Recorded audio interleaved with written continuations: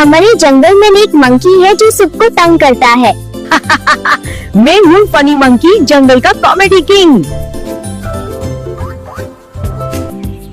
हाथी भाई, आज आप मेरे एक्सप्रेस ट्रेन हो।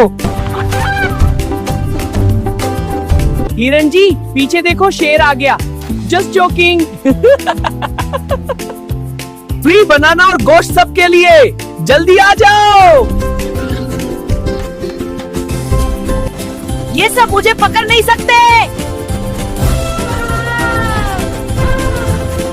ये फनी मंकी बहुत तंग करता है, इसको सबक सिखाना है। मंजूर है?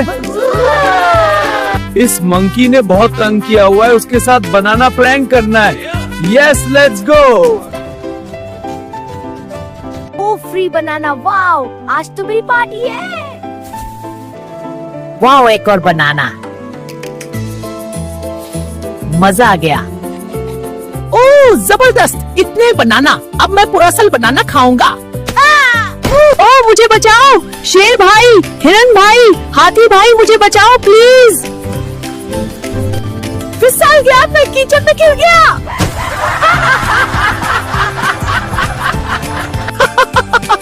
हमने मंकी के साथ बनाना प्रैंक किया। ठीक है दोस्तों, अब सिर्फ फनी मजाक, नो तंग करना।